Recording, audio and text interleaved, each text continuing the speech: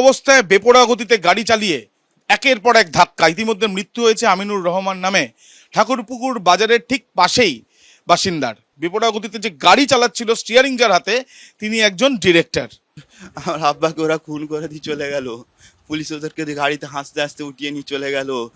ওই আসামিরাও হাসতে হাসতে আমার দিকে তাকাতে চলে গেল, বলছে টাকা দিয়ে মিটিয়ে নাও। কে বলছে? পুলিশ, ওদের হয়ে যারা উকিল দাঁড়িয়েছে তারা সবাই বলছে টাকা দিয়ে মিটিয়ে। আমাদেরকে ডেকে থানায় বসিয়ে বলেছে যেদিন আমার আব্বা মারা যায় লয়াররা, তখন আমার বাবাকে নিয়ে কাঁটা পুকুরে গেছিলাম। লয়ারের সাথে আমার একটা দাদা কথা বলতে গেছিল, তারাও এরকম কথা বলেছে আমার দাদাকে। কিন্তু আমাদের কোনোভাবে পুলিশ সহযোগিতা করিনি।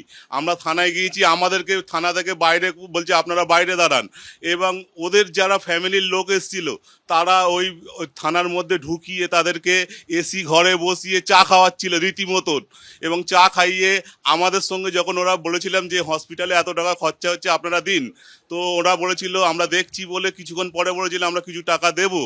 তো বলার পরে আমরা যেই একটু এদিক ওদিক হয়েছি থানাতে, তখন ওদেরকে পুলিশ বার করে দেয়।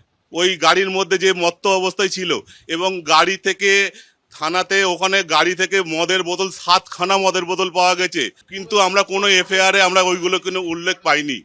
ওনার মেডিকেল পরীক্ষা হয়েছে রীতিমতো ডিলে করে 2টো পরে, পুলিশরাই করেছে। বাবার কাছে থাকতে ওই অবস্থাতে ফোন করে আমাকে বলছে যে এসে সেটেলমেন্ট করে নাও। এফআইআর কপিটা দেখবেন যে কি এখানে দিয়েছে, একদম ন্যূনতম যাতে ওদেরকে বাঁচানো যায়।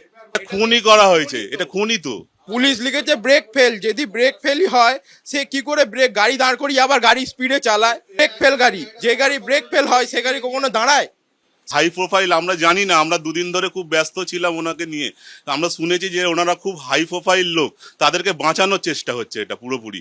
শুধু আমার বাবার নাম এটেছে, পুলিশ শুধু একজন মৃত বলে ঘোষিত করেছে, আরো 4জনকেও মেরেছে না, বাকি 3জন যারা ছিল তাদের কোনো হুঁশই ছিল না। ঠিক আছে, মহিলা ছিলেন, নেবে পালিয়ে যায়।